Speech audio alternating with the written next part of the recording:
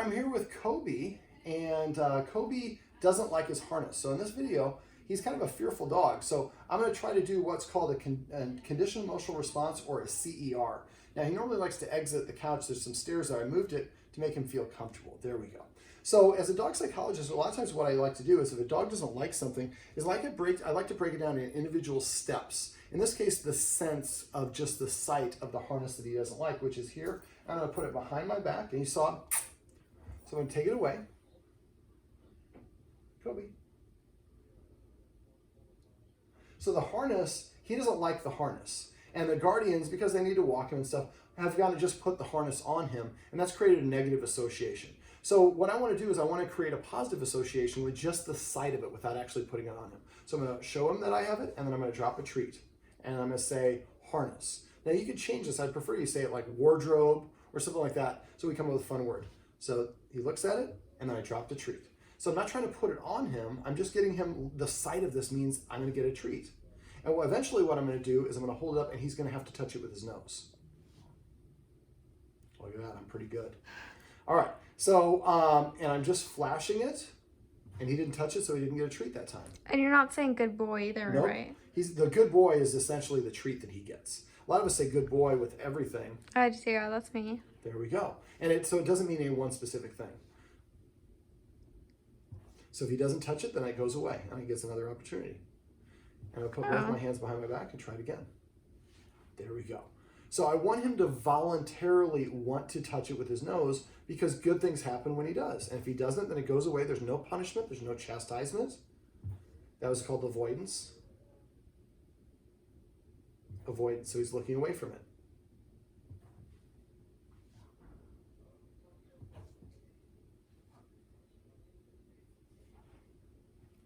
That was not what I wanted, but it was at least an effort. So I'm going to reward that. There you go, buddy.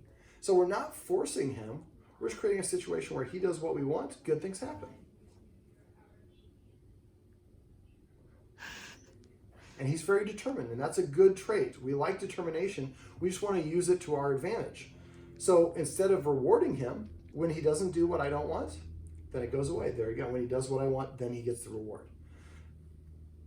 And I've used this for dogs that don't like getting their nails trimmed, don't like a harness putting on, a collar, trimmers. Well, I think a lot of the vet scares him. Like, he has to get his anal glands expelled and stuff. Yep. So he, hates going there. Sure. So one of the things for you to do for that is take him to the vet when he doesn't have to have his anal glands exposed. You can imagine when we go to the doctor, we're usually not feeling very good, and the doctor usually sticks their fingers in places we don't like them to stick their fingers. And so we really don't want to go to the doctor. So if you go to the doctor and everybody just compliments you and gives you treats or $100 bills or whatever, and nobody touches you inappropriately, after a while you're like, I kind of like that. Yeah.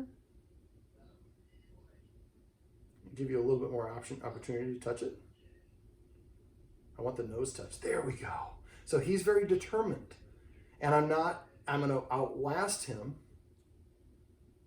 There you go. So he's figuring out what I want, because I'm just waiting, and I'm creating a situation where he does what I want, good ththings happen, and anything else he does anything else and nothing happens. So it doesn't take us very long if we get an opportunity. Door 1 gets us a $100 bill. Door 2 gets us nothing. After about 5 times, probably not even that many times, we're not going to go to door number 2. We're just going to go to door number 1. And patience is a virtue. So I'm going to go ahead and I'm going to swap treats, or swap hands. So maybe we can do a little bit here. There we go. And I'm going to need some more treats. I didn't divvy up enough. Okay, so that's the first stage. I just want to get him used to touching it with his nose, and good things happen when he does that. The next stage is I'm going to try to get him to lean towards it. Now, I'm going to do this a little bit faster in this video than I'd like you to do it. I'd like you to go very slow until when you hold that thing up, he's just touching his nose to it every time, no hesitation, and you don't have to hold it up a long period of time. He's just, boom, I'm touching my nose, and that gives me a treat. So we're teaching him this is how you ask for a treat, is by touching your nose to the harness. He does that with a bag. Like, if you put his bag down, you say, come on, he'll just get in it. There you go. So that he probably likes that experience more than the harness for some reason. The harness is a constriction. But he likes walking once we get going. Well, but the harness is constricting. It goes over our head. A lot of times when we do it, we kind of do it in a kind of we kind of muscle through it as opposed to getting him to like the activity. So again, touch it, treat.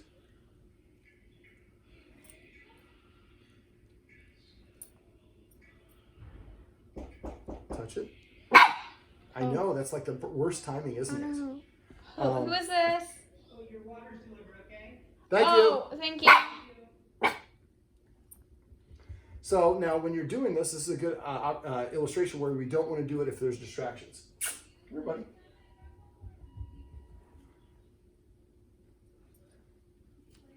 All right, since you're using your paw, we'll go ahead and use that to our advantage because we actually kind of would like the paw. There you go. Treat.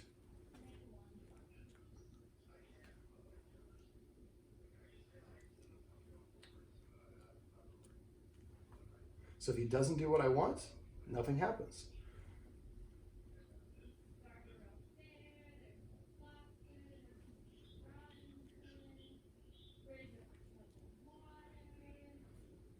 I'm going to put the treat there and create an emotion for him to go over it. There you go.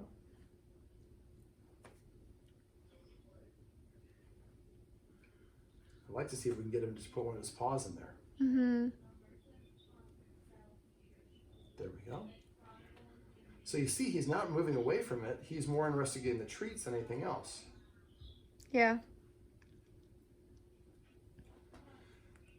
So it'll take a little bit of practice. So the first stage is you're just going to go, have both hands behind your back, offer it, he touches with his head or his nose, then it goes away. If he touches with his paw, I would do that as well because that's something we want to do. There we go.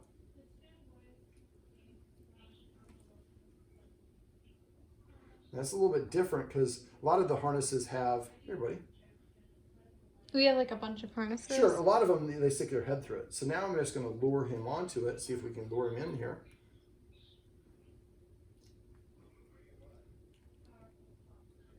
There you go.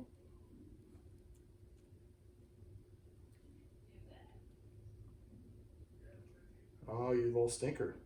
You're a smarty pants, aren't you? So this is a process that takes a little bit of time. So, but you see he reached over it instead of putting his paw in there. Now, I'm going to do something called a jackpot if he puts him in there, which is a big reward. Oh, there we go. Oh, there we go. So again, we'd say uniform or dress up or wardrobe, some word that means to put his paw there. So let's see if I can get the other paw here. There we go.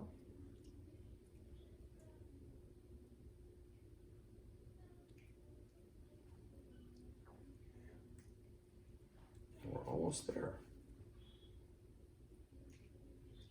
You could move the wrong paw though, buddy. It's like, that's what you think. There we go. Wardrobe. See if I move this other paw. There we go. So I'm just trying to kind of get him to put his paws in here. He doesn't even realize why he's doing this yet.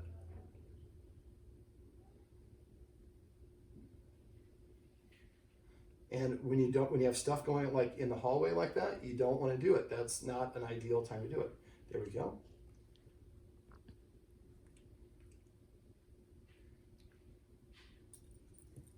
And then we just put his harness on. And you missed it, but you can watch it back yourself. So we just put his harness on where he put his paws through the loop on his own. And when he did, I gave him a treat and then I lifted it up. So then when you do this, after you get done, maybe he gets a big treat. We call it wardrobe or dress up. Also, if I put the harness on and then I take too long before the walk, he'll start howling like. Well, again, you have a spoiled dog that just thinks I will howl, I'll bark, and that will get me my way. So you have to understand that you can't react at all. You can't even roll your eyes or breathe heavy because then he's like, that worked. Remember, good attention, bad attention, the same thing. So normally he runs away. He doesn't like having this harness on. We just put it on him and he feels very relaxed and comfortable. See how his body language looks nice? He's relaxed. He's sitting near somebody that he doesn't know. Well, he's getting to know. His ears are up. He's nice and relaxed and he's ready to go for a walk. So what I want you to do when you're watching this video back, you're going to have a bunch of treats in his hand. Have like about 20 little pieces. I'm going to leave the treats here with you. Divvy each treat up into 4 and ball them up into little balls. So you hold up the harness, he touches it, and then you take it away and give him a treat. And then keep doing that. And then the next stage is I laid it down, and then he started putting his paw. When he put his paw in the loop on either side, then I give him a treat. And then I started kind of luring him to get him to move this paw over here. I first went this way, then this way. And at first he was stepping over it, but after a while he didn't really care because stepping on it he's not forcing it onto me. And eventually when both paws are in the loops, then I just lift it up, attach it, and then I give him the treat. And at that point you want to say wardrobe or whatever the command word is. So now he feels relaxed, comfortable. He enjoyed the experience. And after a while you say wardrobe and you put it down, he'll just eventually come over and put both paws in it and you lift it up and you don't have to do anything. It's not a negative association. And then we start the walk with a positive. And he feels like I got dressed up by myself instead of they forced this thing on my shoulders.